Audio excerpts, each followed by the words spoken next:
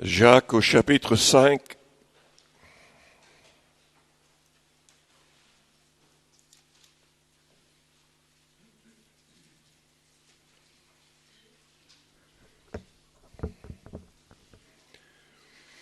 Au verset 17, Jacques 5 au verset 17. Élie était un homme de la même nature que nous. Il pria avec instance pour qu'il ne pleuve point. Et il ne tomba point de pluie sur la terre pendant 3 ans et 6 mois.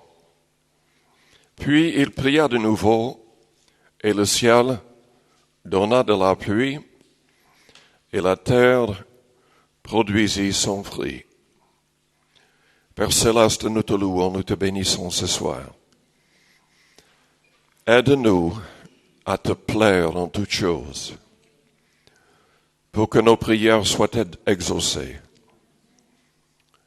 Aide-nous à manifester une foi biblique, où il n'y aura pas de place dans nos cœurs pour le doute. Nous voulons saisir tes bénédictions. Aide-nous, Seigneur, à être plus que vainqueurs et à accomplir ta volonté ici-bas. Au nom du Seigneur Jésus. Amen. Je voudrais vous encourager ce soir.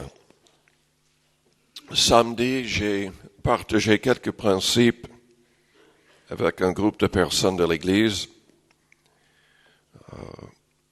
des gens du 3e âge.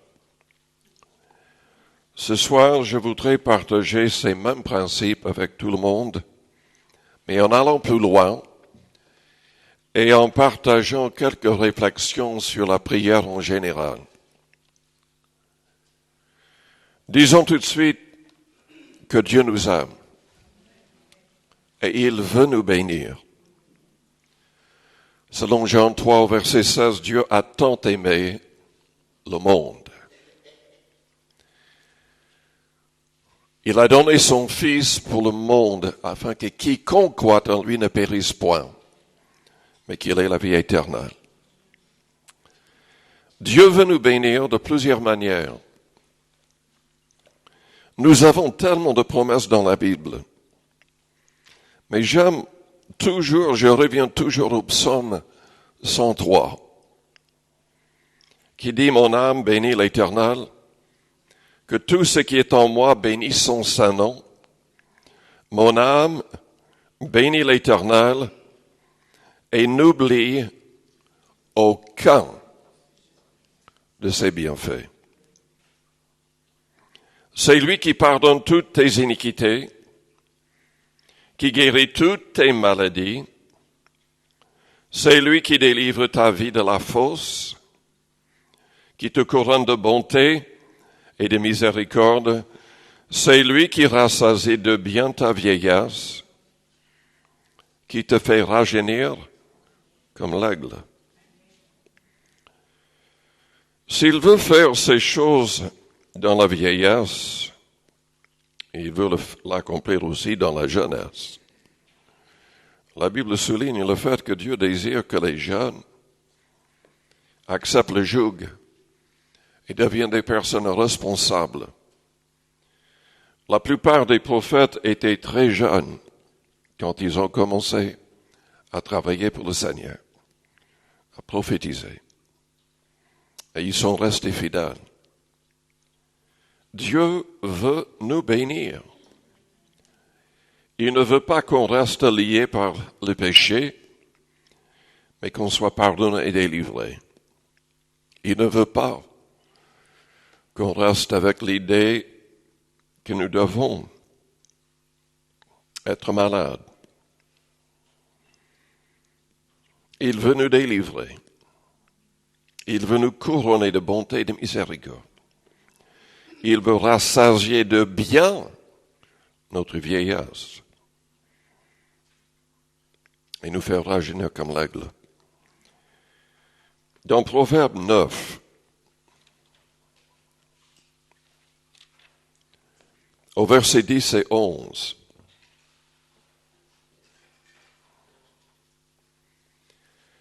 La parole dit le commencement de la sagesse, c'est la crainte de l'Éternel.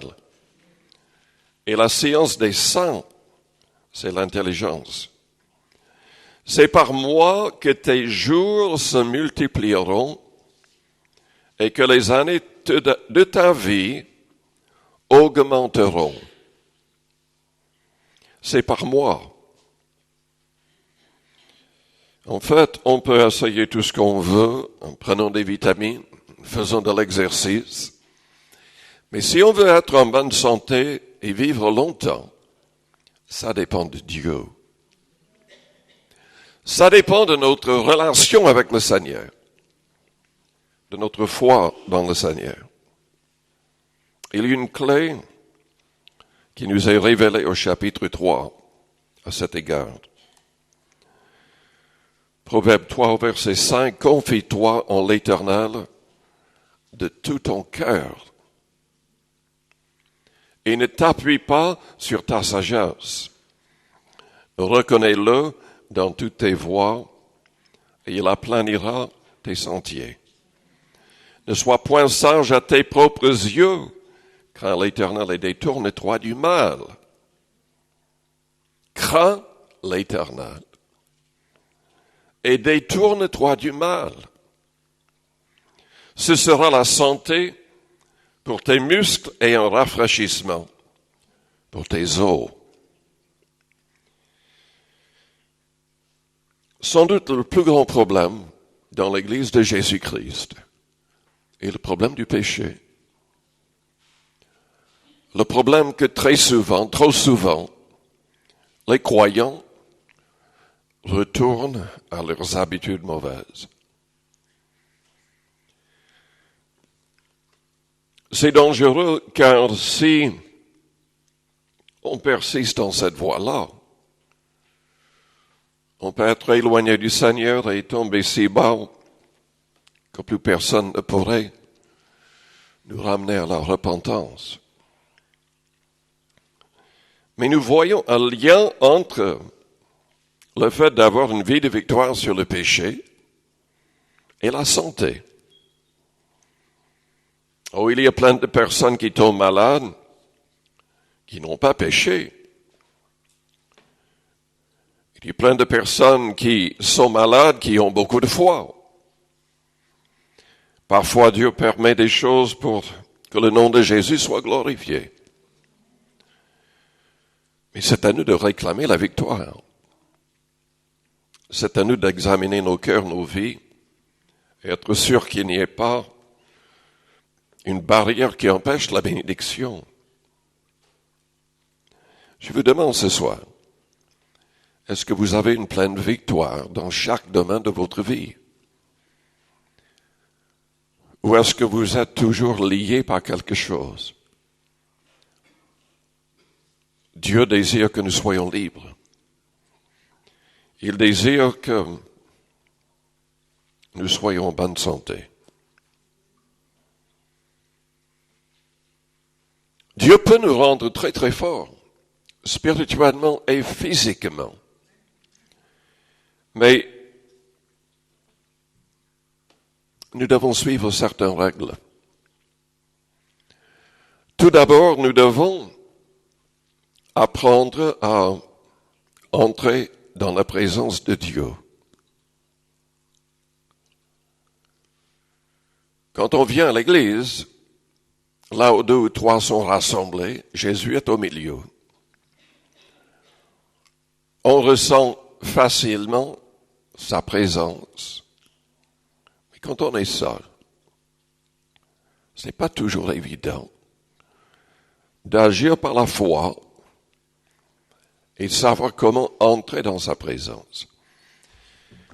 J'oublie le nom de la personne, mais il y avait un croyant qui a eu le privilège de prier avec Jean Hyde, un missionnaire aux Indes,